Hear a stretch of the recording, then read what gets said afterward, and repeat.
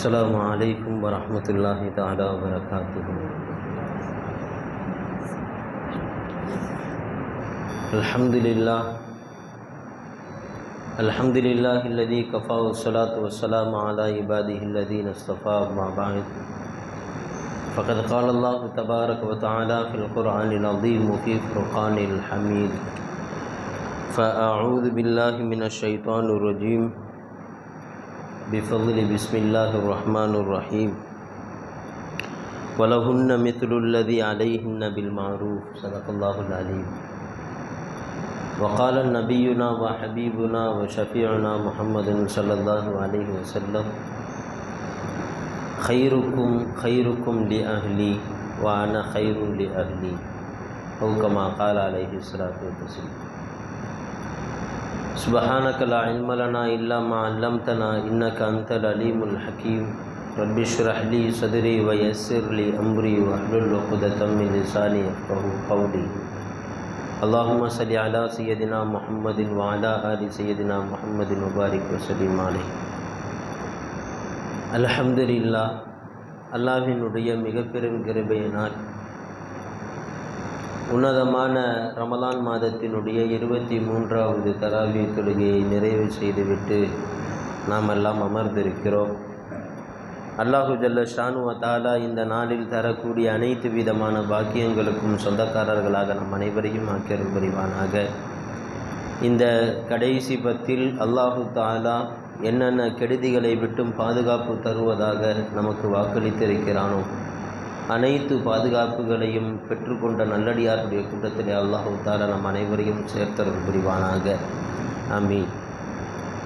அன்பானவர்களே, நம்முடைய இன்றைய சிந்தனைக்கு கண்ணான கணவன் என்ற தலைப்பிற்கு கீழாக சில செய்திகளை பார்ப்பதற்கு இருக்கிறோம்.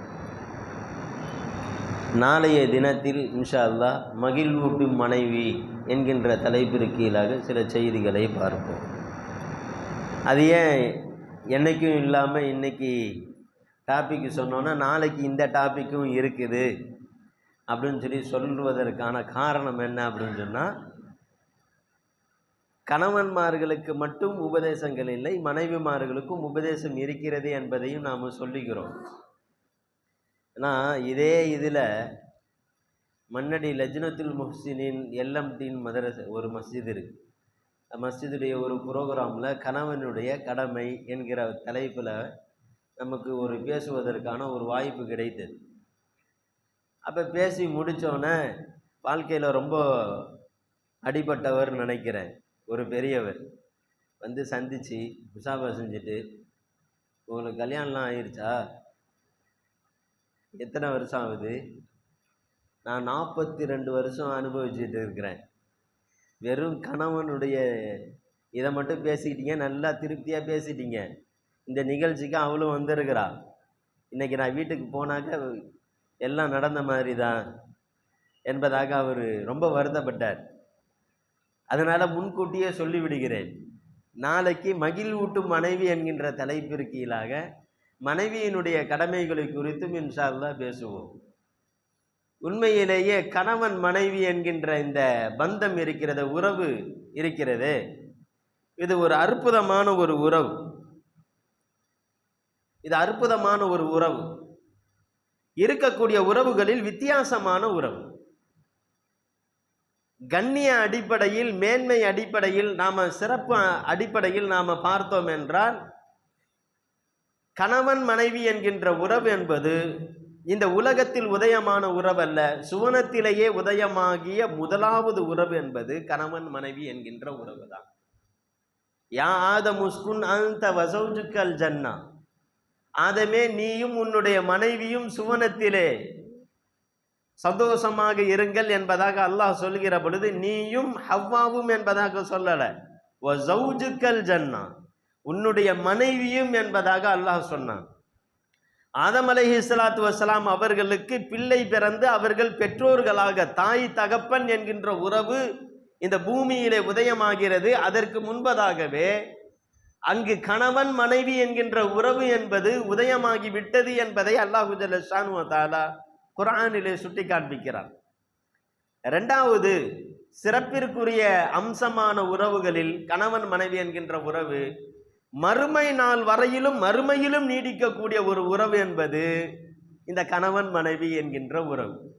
நிறைய பேருக்கு அதிர்ச்சி தகவலாக இருக்கலாம், ஆனால் அதுதான் எதேர்ச்சியான உண்மை. ஏன்னா நிறைய பேர் கேட்கறது உண்டு, என்ன சொல்றீங்க, அங்கேயுமா மனைவி அங்கேயும் வருவாளா? இங்கே தான் எங்கேயுமே இது பண்ண முடியல, ஃபோனை பார்க்க முடியல, எதையாச்சும் யார்கிட்ட பேசுனீங்க, என்ன மெசேஜ் பண்ணிட்டுருங்க, யார்கிட்ட ஏது, அங்கே சொர்க்கத்திலேயுமா என்று அல்லாஹு ஜல்ல ஷானு வ தஆலா சொல்கிறான், உதுகுருல் ஜன்னத அன்தும் வ அஸ்வாஜுக்கும் துஹ்பரூன், நீங்களும் உங்களுடைய மனைவிமார்களும் கைகோர்த்த வண்ணமாக சுவனத்தில் நுழையுங்கள் என்பதாக அல்லாஹு ஜல்ல ஷானு வ தஆலா சொல்லுவதாக குர்ஆனிலே அடையாளப்படுத்துகிறான். என்றால் இந்த உலகத்தையும் தாண்டி மறுமை வரையிலும் நீடிக்கக்கூடிய அழகான உறவாக அல்லாஹு ஜல்ல ஷானு வ தஆலா இந்த உறவை ஆக்கி வைத்திருக்கிறான். அல்லாஹு ஜல்ல ஷானு வ தஆலா அது போன்ற சூழ்நிலையை நமக்கு ஏற்படுத்தி தர வேண்டும். இதில் இன்னொரு விஷயத்தையும் நாம் கவனிக்கணும். வித்தியாசமான உறவு என்கின்ற அடிப்படையில் இது சொர்க்கத்தில் உதயமாகி சுவனம் வரையிலும் இழுத்து சொல்லக்கூடிய உறவு என்பதாக பார்த்தோம். கவனிக்க வேண்டிய ஆபத்தான உறவு என்ற விதத்திலையும் இது வித்தியாசமான உறவு. சொல்லால் உதயமாகி சொல்லால் மறையக்கூடிய முடிவடையக்கூடிய ஒரு உறவு என்பது இந்த உறவு தான். கபில்து நிகாஹா வ தஸ்வீஜஹா அலா ஹாதல் மஹரில் மதுகூரி வ ரலீது பிஹா, மேற்கூறப்பட்ட இந்த மஹருக்கு பகரமாக இந்த மணப்பெண்ணை நான் என்னுடைய மனைவியாக ஏற்றுக்கொண்டேன், பொரிந்து கொண்டேன் என்கின்ற வார்த்தையின் மூலமாக நேற்று வரையிலும் அந்நிய பெண்ணாக இருந்த பெண் இன்று மனைவியாக மாற்றப்படுகிறார். இதே சொல்லினால் அந்த பெண் அந்நிய பெண்ணாகவும் மாறிவிடலாம். தலாக் என்கின்ற வார்த்தை, குலா என்கின்ற வார்த்தை ஒரே சொல்லினால் உதயமாகி ஒரே சொல்லினால் முடிவடையக்கூடிய ஒரு உறவும் என்பதும் இந்த வார்த்தை தான். நிறைய பேர் கேட்கறது உண்டு, ஏன் இஸ்லாத்தில் இப்படியெல்லாம் விவாகரத்தினுடைய முறையை இப்படி வச்சிருக்கிறாங்க, சாதாரணமாக இப்படி சொன்னாக்க முறிஞ்சிடும் அப்படின்னு சொல்கிறீங்களே. அதே சொன்னால் கபூலாகிவிடும் என்கின்றது தான் இஸ்லாமும் சொல்லுது. கல்யாணம் எப்படி பண்ணுனுச்சு? சொல்லினால்தான் கல்யாணம் என்கின்ற அந்த திருமணம் என்கின்ற பந்தம் உருவாகிறது. சொல்லினால் உருவான காரணத்தினால் சொல்லினால் முடிவதற்கான ஆற்றலும் அதற்கு இருக்கிறது. எனவே கண்ணாடியை போன்று பத்திரமாக நாம் பாதுகாக்க வேண்டிய ஒரு உறவாக இந்த உறவு இருக்கிறது என்பதை தீனுல் இஸ்லாம் நமக்கு உணர்த்தி காண்பிக்கிறது. எனவே இந்த கணவன் மனைவி என்கின்ற விஷயத்திலே நாம் இன்றைய காலகட்டத்திலே அவசியமான நிறைய செய்திகளை தெரிந்து கொள்ள வேண்டும். கணவனும் தெரிந்து கொள்ள வேண்டும், மனைவியும் தெரிந்து கொள்ள வேண்டும்.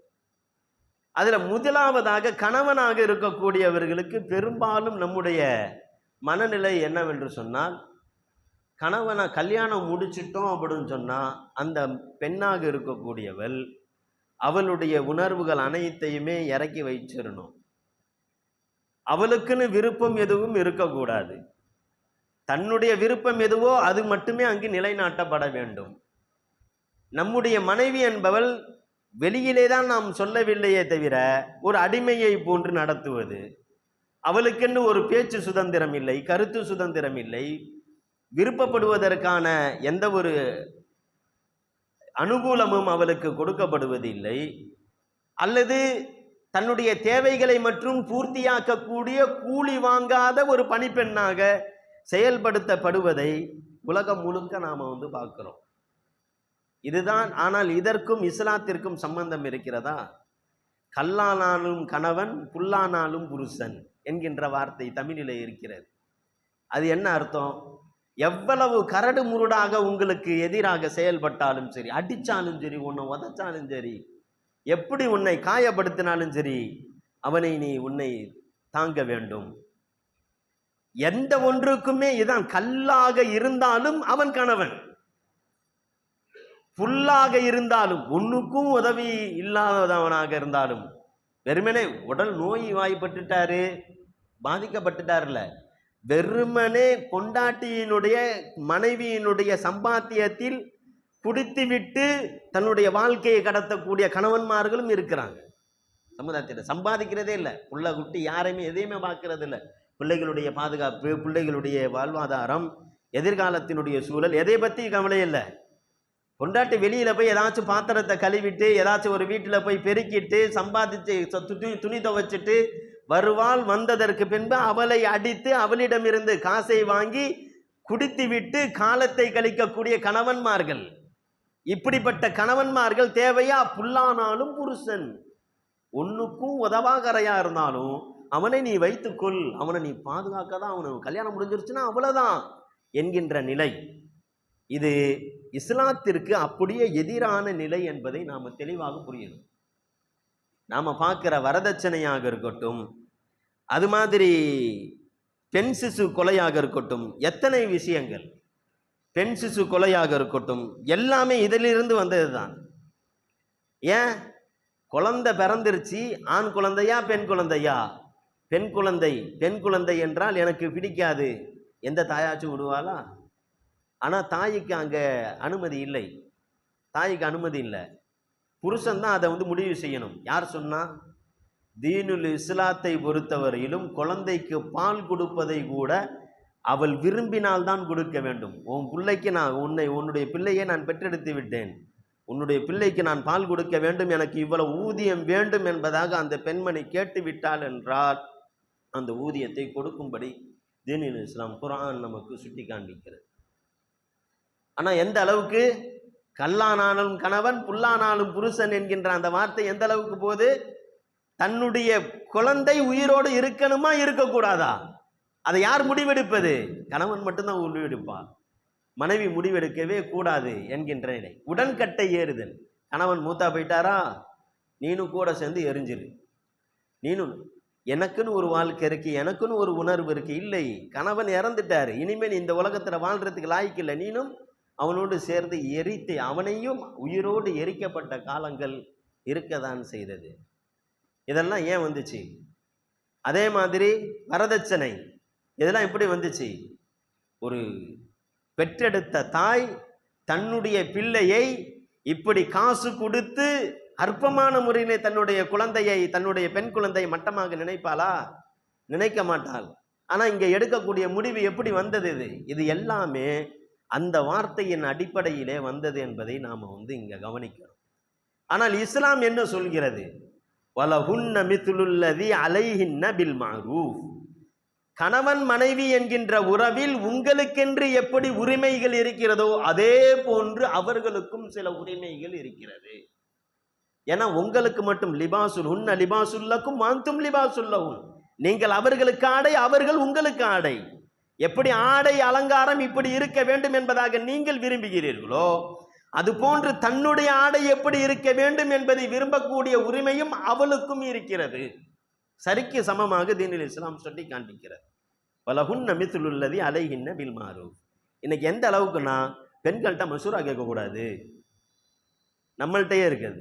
பெண்கள்கிட்ட மசூரா கேட்கக்கூடாது, குறிப்பாக பீவி கிட்ட கேட்கக்கூடாது, மனைவி கிட்ட கேட்கக்கூடாது என்கின்ற மனநிலை. யார் சொன்னா? இந்த தீனுல் இஸ்லாம் வளர்ந்தது நபி ஸல்லல்லாஹு அலைஹி வஸல்லம் அவர்கள் தன்னுடைய மனைவியினுடைய மஷூராவின் அடிப்படையில். அன்னை ஹதீஜா ரலியல்லாஹு அன்ஹா அவர்களுடைய அந்த மஷூராவின் படிதான் பெருமானார் ஸல்லல்லாஹு அலைஹி வஸல்லம் அவர்கள் வரக்கத் இப்னு நௌஃபல் ரலியல்லாஹு அன்ஹு அவர்களிடத்திலே போய் சென்றார்கள். சென்று மார்க்கத்தினுடைய தான் நபி என்கிறதை அவர்கள் உறுதி கொண்டார்கள். இறுதியாக வந்த நபியினுடைய அடையாளம் என்பதை அவர்கள் புரிந்து கொண்டார்கள். தற்கொலை செய்வதற்காக முடிவெடுத்தார்கள். அன்னை ஹதீஜா ரலியல்லாஹு அன்ஹா அவர்களுடைய ஆலோசனையின் பெயரில் அந்த எண்ணத்தை கைவிட்டார்கள். மார்க்கத்திற்காக நாம் போரிட வேண்டும், மார்க்கத்திற்காக நாம் பாடுபட வேண்டும் என்கின்ற ஹதீஜா ரலியல்லாஹு தஆலா அவர்களுடைய உபதேசத்தின் அடிப்படையில், அவர்களுடைய ஆலோசனையின் அடிப்படையில் தான் அருமை பெருமானார் ஸல்லல்லாஹு அலைஹி வஸல்லம் அவர்கள் எழுந்து நின்றார்கள்.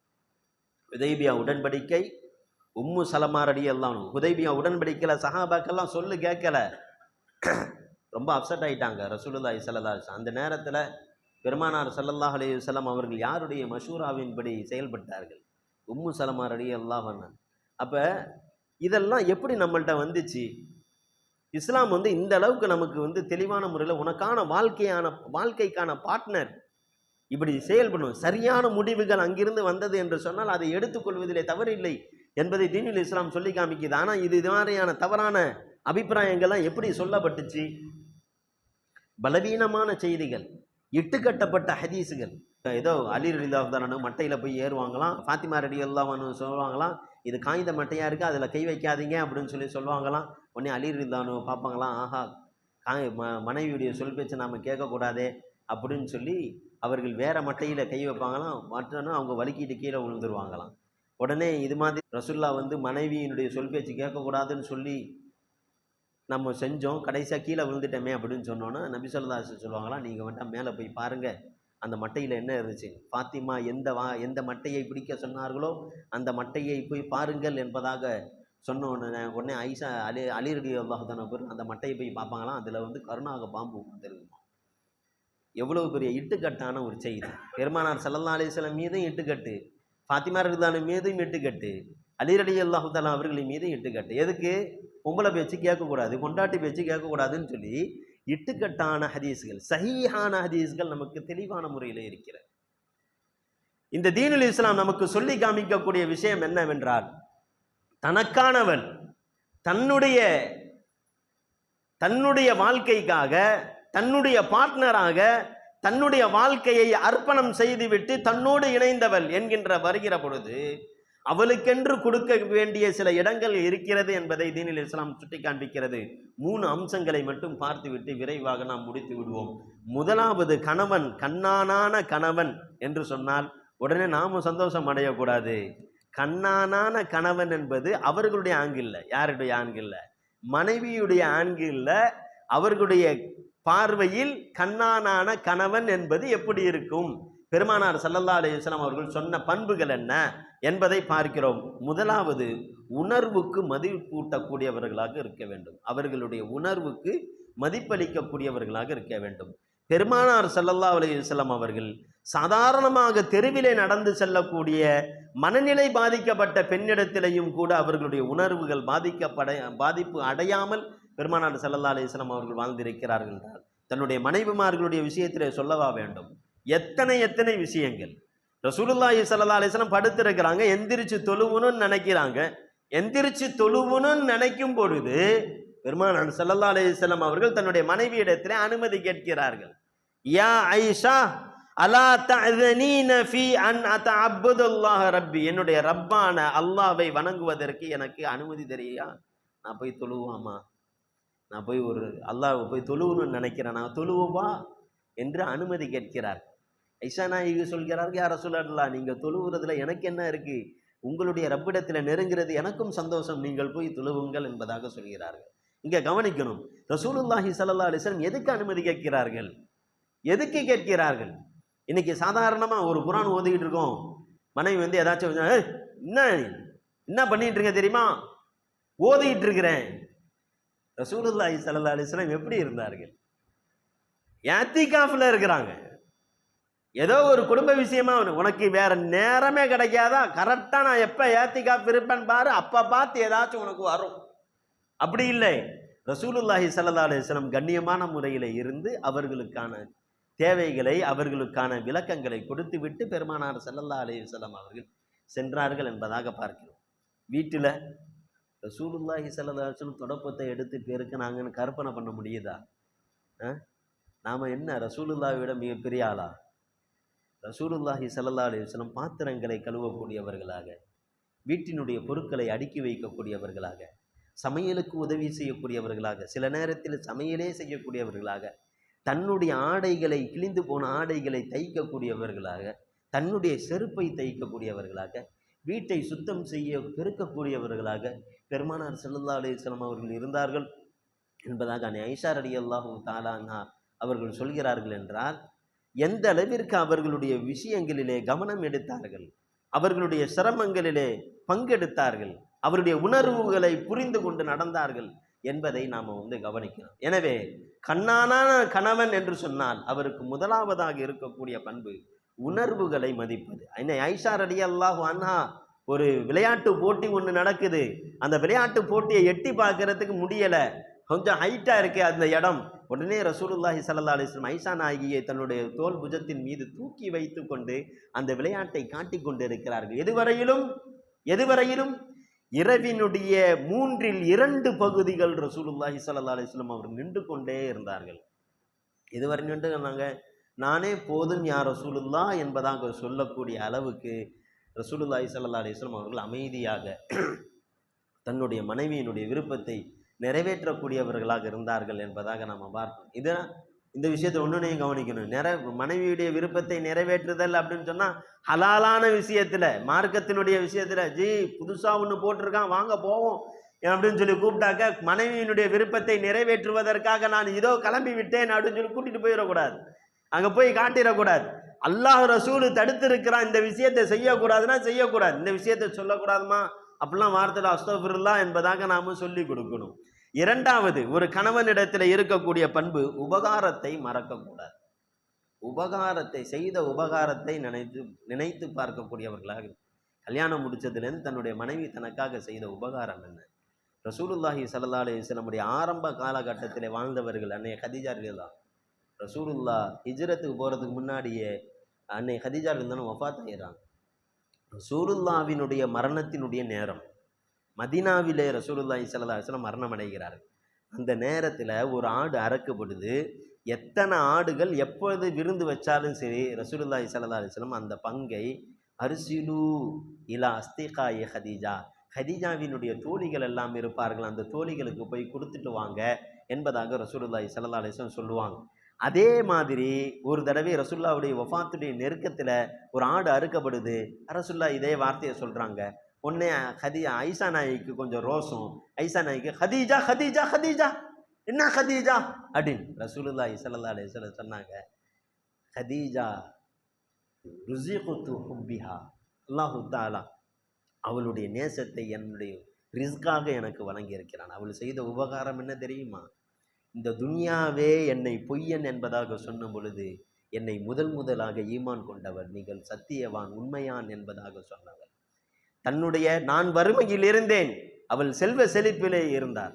செல்வ செழிப்பிலே இருந்தது மாத்திரமல்லாமல் அந்த செல்வத்தினுடைய அடையாளத்தை காட்டாமல் முழுமையான முறையிலே மொத்த செல்வங்களையும் இந்த தீனுக்காக அர்ப்பணம் செய்தவர்.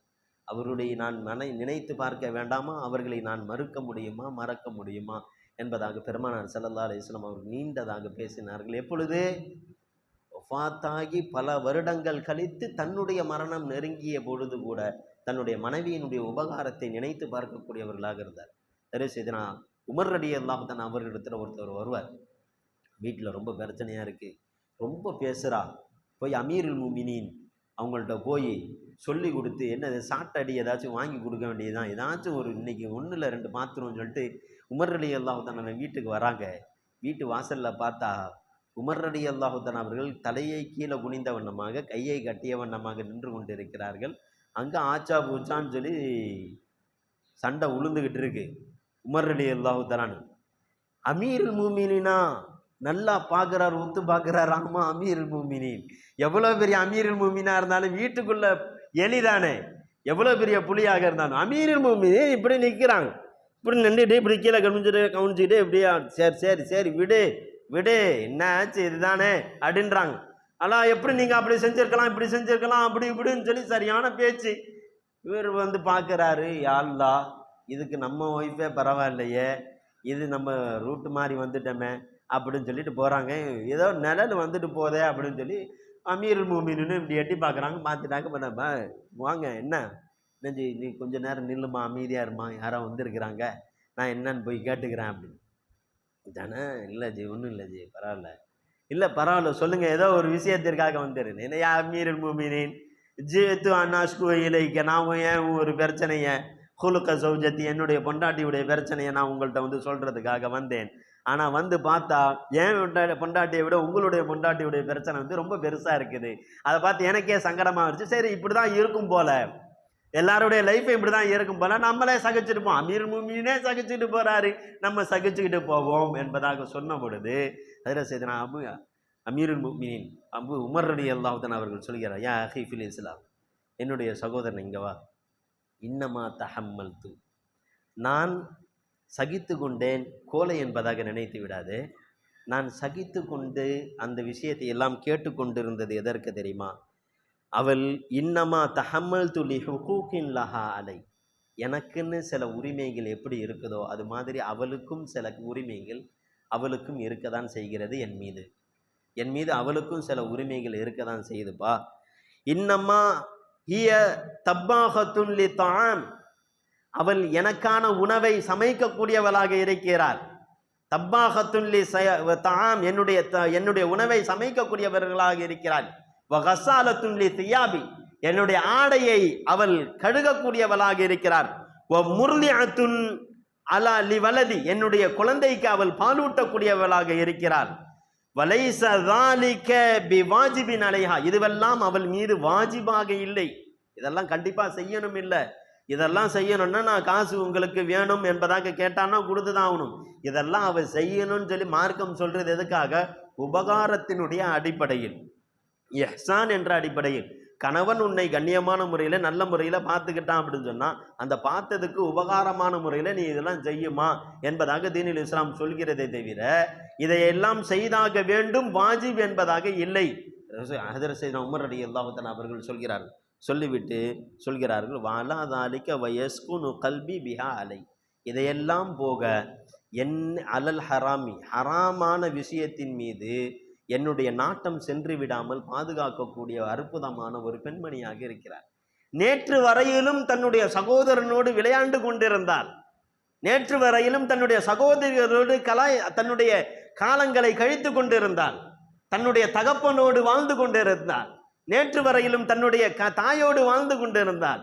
இன்று ஒரே ஒரு வார்த்தையை நாம் சொல்லிவிட்டோம் என்கின்ற காரணத்தினால் தன்னுடைய உறவுகளை விட்டுவிட்டு, தன்னுடைய பிறந்த இடத்தை விட்டுவிட்டு, தன்னுடைய பெற்றோர்களை விட்டுவிட்டு, யாரும் தெரியாத, என்னை பற்றி தெரியாது அவளுக்கு, என்னுடைய குணத்தை பற்றி தெரியாது, என்னை நம்பி வந்திருக்கிறார். என்னோடு அவள் இரவை கழிக்கிறார், எனக்காக எல்லாவற்றையும் அர்ப்பணம் செய்திருக்கிறார். இப்படி இருக்கின்ற பொழுது நான் இவளுக்காக அவளுக்கு பேசுவதற்கு கூட எனக்கு அனுமதி கொடுக்கக்கூடாதா? நான் அனுமதி கொடுக்கக்கூடாதா? ஹம்பல், கொஞ்சம் பொறுத்து போங்க, வாழ்க்கை அழகாக இருக்கும். ஃபைன்னமாகிய முத்தத்துனிய சீரா, எத்தனை காலம் வாழ போகிறோன்றீங்க? ஒரு சொற்பமான காலகட்டம் தான் வாழ போகிறோம், ஒரு அழகான முறையில் வாழ்ந்து விட்டு செல்லுவோம் என்பதாக ஹஜ்ரத் சையதுனா உமர் ரலியல்லாஹு தஆலா அவர்கள் சொல்ல அந்த சஹாபி உள்வாங்கி கொண்டார், கண்ணீர் வடித்தார். நான் அது போன்று வாழ்வேன் என்பதாக உறுதி கொண்டார். அற்புதமான வாழ்க்கைக்கு சொந்தக்காரராக மாறினார் என்பதாக வரலாற்று ஆசிரியர்கள் குறிப்பிட்டு காண்பிக்கிறார். எனவே உபகாரத்தை நினைத்து பார்க்கக்கூடிய கணவனாக இருக்க வேண்டும். மூன்றாவது அம்சம், தனக்காக வந்திருக்கக்கூடிய மனைவியை நரகத்தை விட்டும் தப்பித்து கொண்ட சுவனவாசியாக மாற்றுவதற்கு நாம் முயற்சி செய்ய வேண்டும். இதையெல்லாம் வாங்கி கொடுத்தாச்சு, அதை வாங்கி கொடுத்தாச்சு, இதை பூசிக்கோ அதை பூசிக்கோ, இதை தெளிச்சிக்கோ அதை தெளிச்சிக்கோ, இதை ஒட்டிக்கோ என்பதாக எத்தனை விஷயத்தையோ நாம் வாங்கி கொடுக்கிறோம். இதையெல்லாம் தாண்டி மார்க்கத்தை அவரிடத்தில் எந்த அளவிற்கு சேர்க்க வேண்டும். கூ அன்ஃபுஸக்கும் வஅஹ்லீக்கும் நாரா, நீங்கள் உங்களையும் நீங்கள் நரகத்தில் இருந்து பாதுகாத்து கொள்ளுங்கள், உங்களுடைய மனைவியையும் நீங்கள் நரகத்திலிருந்து பாதுகாத்து கொள்ளுங்கள் என்பதாக அல்லாஹ் சொல்கிறார். எனவே மார்க்கத்தினுடைய செய்திகளை அவர்களுக்கு அதிகமாக சொல்ல வேண்டும், அதற்கான வழிவகைகளை செய்ய வேண்டும். பெருமானார் ஸல்லல்லாஹு அலைஹி வஸல்லம் அவர்கள் தன்னுடைய மனைவிமார்களை எப்படி உருவாக்கினார்?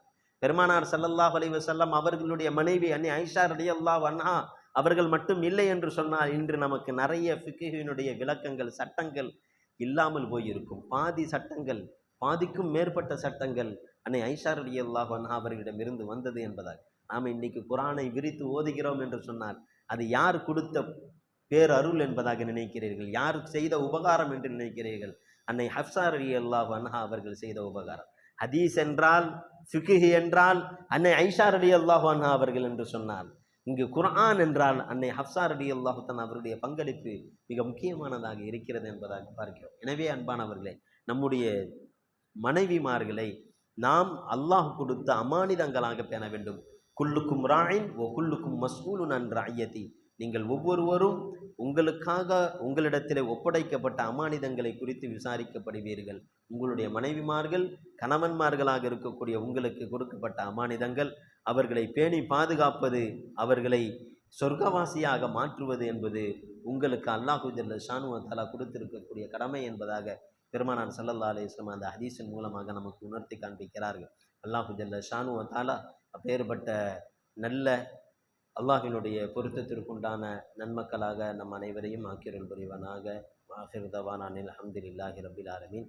அன்புவேர் மக்களே, இன்றைய தகவல் என்ற செய்தியிலே அக்கிரமக்காரர்கள், நமக்கு ஏதேனும் ஆபத்தை தரக்கூடியவர்கள், நெருக்கடியை தரக்கூடியவர்கள் நம்முடைய கண்களுக்கு முன்னால் இருக்கிறார்கள் என்று சொன்னால், அவர்களிடமிருந்து நாம் தப்பிப்பதற்கு என்று சொன்னால் அவருடைய பார்வையிலே அகப்படாமல் இருப்பதற்கு பெருமானார் ஸல்லல்லாஹு அலைஹி வஸல்லமுடைய ஹதீஸிலே வரக்கூடிய ஒரு செய்தி, வஜஅல்னா மின் பைனி ஐதீஹிம் சத்தம் வமின் ஹல்ஃபிஹிம் சத்தம் ஃபஹஷைனாஹும் ஃபஹும் லா யுப்ஸிரூன் என்கின்ற ஆயத் யாசின் சூராவிலே வரக்கூடிய வசனம், ஆரம்பத்தில் வரக்கூடிய வசனம், வஜஅல்னா மின் பைனி ஐதீஹிம் சத்தம் வமின் ஹல்ஃபிஹிம் சத்தம் ஃபஹஷைனாஹும் ஃபஹும் லா யுப்ஸிரூன் என்கின்ற அந்த ஆயத்தை மேலே ஓதிட்டு நம்ம போனோம் என்று சொன்னால் அவருடைய கண்களிலே நாம் படமாட்டோம். பெருமானார் ஸல்லல்லாஹு அலைஹி வஸல்லம் அவருடைய வீட்டிலே அவர்கள் இருக்கிற பொழுது அவர்களை சூழ்ந்து கொண்ட காஃபிர்கள் அவர்கள் சூழ்ந்து கொண்டார்கள். இப்போ ரசூலுல்லாஹி ஸல்லல்லாஹு அலைஹி வஸல்லம் வெட்டுவதற்காக அவர்கள் எல்லாரும் காத்து கொண்டு இருக்கும்போது பெருமானார் ஸல்லல்லாஹு அலைஹி வஸல்லம் இந்த வசனத்தை ஓதி தன் மீது அவர்கள் ஊதி தடவிய வண்ணமாக வெளியே செல்கிற பொழுது அவர்களுக்கு எந்த ஒரு இடையூறும் இல்லாத ஒரு சூழலை அல்லாஹ் தஆலா ஏற்படுத்தினான் என்பதாக பார்க்கிறோம். அனுபவபூர்வமான செய்தி. அல்லாஹ் ஜல்ல ஷானு வ தஆலா அமல் செய்யக்கூடிய தௌஃபீக்கை நம் அனைவருக்கும் தந்தருள் புரிவானாக. சுப்ஹானல்லாஹி வ பிஹம்திஹி சுப்ஹானக்கல்லாஹும்ம வ பிஹம்திக வ நஷ்ஹது அல்லா இலாஹா இல்லா அன்த